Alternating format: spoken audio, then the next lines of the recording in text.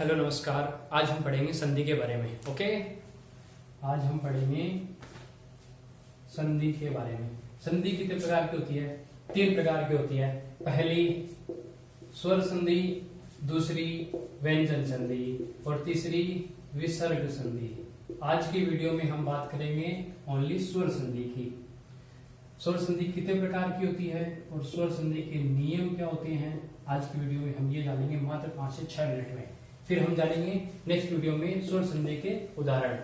ठीक है, आज हम जानेंगे स्वर संधि के प्रकार या फिर भेद। Okay good. अब देखते हैं स्वर संधि।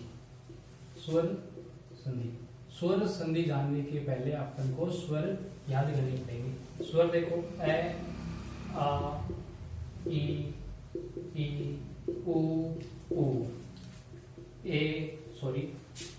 री, ए, आई, ओ, औ। ओके, स्वर संधि 5 प्रकार की होती है। ओके, ए या आ मिलकर हमेशा क्या बनता है? बड़ा आ बनता है। ई या बड़ी ई मिलकर हमेशा बड़ी ई बनती है। उ और बड़ा उ मिलकर हमेशा बड़ा उ बनता है। ये तो कौन सी होगी?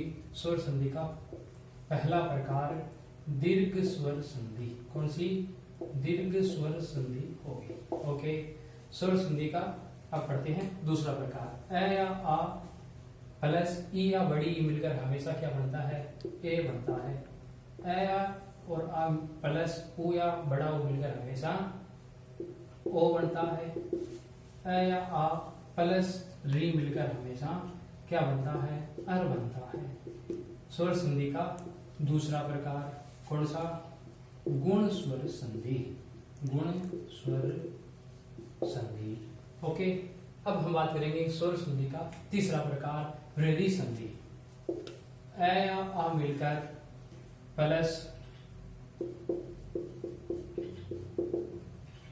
ए या आ मिलकर प्लस ए या ऐ हो तो हमेशा बनता है ऐ। ए या आ मिलकर और लास्ट में हो ए या ओ या औ तो हमेशा क्या बनता है? औ बनता है। तो ये कौन सी हो गई? वृद्धि संधि। ओके, अपने जाने स्वर संधि के 3 प्रकार। ए या आ मिलकर हमेशा क्या बनता है? आ। ई या बड़ी ई तो क्या बनती है? बड़ी ई बनती है। ओ या बड़ा ओ मिलकर हमेशा बड़ा ओ बनता है। तो ये कौन सा भेद हो गया? स्वर संधि का पहला भेद दीर्घ स्वर संधि। अब हम बात करते हैं स्वर संधि का सेकंड प्रकार। ए या आ प्लस ई या बड़ी ई मिलकर हमेशा ए बनता है। ए या आ प्लस उ या बड़ा उ मिलकर हमेशा ओ बनता है। ए या आ प्लस री मिलकर हमेशा अर बनता है। ए ओ अर गुण संधि में बनते हैं। स्वर संधि का दूसरा भेद गुण संधि। स्वर संधि का तीसरा भेद वृद्धि संधि। ए या आ मिलकर प्लस ए या ऐ हो तो ऐ बनता है हमेशा। ए या आ प्लस ओ या औ हो तो हमेशा औ बनता है।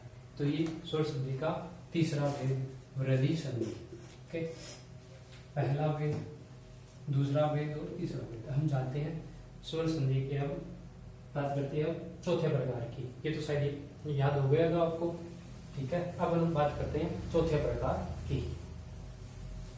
स्वर संधि का चौथा प्रकार यण संधि। यण स्वर संधि। यण संधि बहुत ईजी है। यदि ई या बड़ी ई के बाद असमान स्वर आए, मतलब ई या बड़ी ई को छोड़कर कोई अन्य स्वर आए तो हमेशा क्या बनता है? यह बनता है। क्या बनता है? यह बनता है। उ या बड़ा उ के बाद कोई असमान स्वर आए, मतलब उ या बड़ा उ को छोड़कर इनसे अलावा कोई अन्य स्वर आए तो हमेशा वह बनता है। री प्लस कोई असमान स्वर आए, मतलब री के अलावा कोई स्वर आए तो हमेशा र बनता है। तो ये हो गई यण संधि। यण संधि में क्या बनता है? यह व र बनता है। ओके, यण संधि में हमेशा क्या बनता है? यह व र बनता है। अपन बात करते हैं स्वर संधि के 5वें प्रकार की अयादि संधि। अयादि संधि। ओके, अपन देखते हैं ए, ऐ, ओ और औ। ए के अलावा कोई असमान स्वर आए ऐशमान स्वर आए, वैसे ही ऐ के बाद कोई ऐशमान स्वर आए, वैसे ही ओ के बाद कोई ऐशमान स्वर आए, और वैसे ही औ के बाद कोई ऐशमान स्वर आए।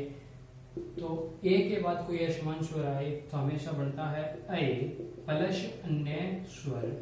ओके, ऐ के बाद कोई ऐशमान स्वर आए तो क्या बनता है, आय बनता है प्लस अन्य स्वर। ओ के बाद कोई ऐशमान स्वर आए तो औ बनता है प्लस अन्य स्वर। औ के बाद कोई ऐशमान स्वर आए तो हमेशा आव बनता है प्लस अन्य स्वर। शायद मेरे को लगता है आपको स्वर संधि के 5 प्रकार याद हो गए होंगे, और हम जानेंगे नेक्स्ट वीडियो में स्वर संधि के उदाहरण। Okay, thank you.